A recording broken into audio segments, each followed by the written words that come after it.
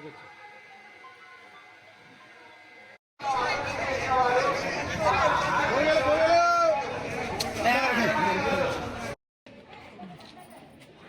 పట్టణంలోని 19వ వార్డులో మేము ఈరోజు ప్రతి ఇంటింటికి కూడా మరి ఆర్మిల్లి రాధాకృష్ణ గారు తెలుగుదేశం బీజేపీ జనసేన ఉమ్మడి అభ్యర్థి అయినటువంటి ఆర్మిల్లి రాధాకృష్ణ గారిని గెలిపించవలసిందిగా మేము ప్రచారం నిర్వహిస్తున్నాము. మహిళలంతా కూడా కలిసి మరి ఎక్కడికి వెళ్ళినా కానీ పెద్ద ఎత్తున ప్రజలందరూ కూడా స్వాగతిస్తున్నారు.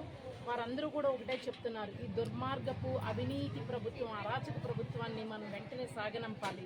ఈ ప్రభుత్వం వల్ల మన రాష్ట్రం అంతా కూడా అప్పుల పాలైపోయింది. 2 లక్షలు చంద్రబాబు నాయుడు గారు 2019లో మరి జగన్మోహన్ రెడ్డి గారికి అధికారం అప్పచెప్పేటప్పటికి 2 లక్షలు ఉన్నటువంటి మన ఈ రాష్ట్రం యొక్క అప్పులు ఈరోజు 12 లక్షలు అప్పుల భారాన్ని మరి ఈ రాష్ట్రం మీద మోపడం జరిగింది. దాని ఈఎంఐలు కట్టడం కానీ ఇవన్నీ కూడా ప్రజలు గమనిస్తున్నారు. ఇప్పుడు నాకు ఇక్కడ ఒక ఇంట్లో కూడా ఒకళ్ళు చెప్తున్నారు, ఇవన్నీ ఈఎంఐలు ఎలా కడతారండి ఏంటి అని కూడా ప్రజలు ప్రశ్నించేటువంటి పరిస్థితి. ఎందుకంటే ప్రజలు అమాయకులని అనుకుంటున్నారు. ఈ వైఎస్ఆర్సీపీ ప్రభుత్వం ఏమాత్రం కూడా కాదు. ప్రజలందరూ కూడా ఒక చైతన్యవంతులుగా ఈరోజు ముందరికి రావడం జరుగుతుంది.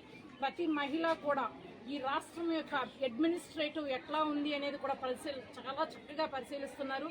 మహిళలంతా కూడా కథం తొక్కి మరి ముందరకు వచ్చి చంద్రబాబు నాయుడు గారి నాయకత్వంలోనే మళ్ళీ ఈ రాష్ట్రాన్ని మనం బాగు చేసుకోగలం, అలాగే పవన్ కళ్యాణ్ గారి సపోర్ట్ తోటే మనం ఈ రాష్ట్రాన్ని బాగు చేసుకోగలుగుతామనే ఒక పట్టుదలతో మహిళలందరూ కూడా ఉన్నారు. ఎందుకంటే మహిళలకి ఒక సాధికారత, మహిళలకి పెద్దపీట వేసినటువంటి ప్రభుత్వం ఎప్పుడూ కూడా తెలుగుదేశం ప్రభుత్వం. అది ఈరోజు ప్రతి మహిళ కూడా గుర్తించారు. ఎక్కడికి వెళ్ళినా కానీ ఒకటే చెప్తున్నారు, అమ్మ రాధాకృష్ణ గారిని మేము ఈసారి ఎప్పుడు లేనటువంటి మెజారిటీతో మేమందరం కూడా గెలిపించడానికి రెడీగా ఉన్నాము. మీ అందరికీ కూడా మీకు మేము సపోర్ట్గా క్యాంపెయినింగ్ కూడా వస్తామని పెద్ద ఎత్తున చెప్తున్నారు.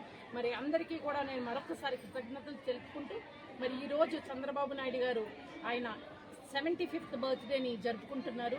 మరి ఆయన 40 సంవత్సరాలుగా కూడా తెలుగుదేశం పార్టీని ఎంతో చాకచక్యంతో ఆయనకున్నటువంటి రాజకీయ అనుభవంతో ఎంతో చక్కగా మరి పార్టీని నడిపించి ఈ రోజు వరకు కూడా మన ఆంధ్ర రాష్ట్రాలు, తెలుగు రాష్ట్రాలు రెండింటినీ కూడా ఎంతో అభివృద్ధి పదంలో నడిపించినటువంటి చాలా మంచి నాయకుడు.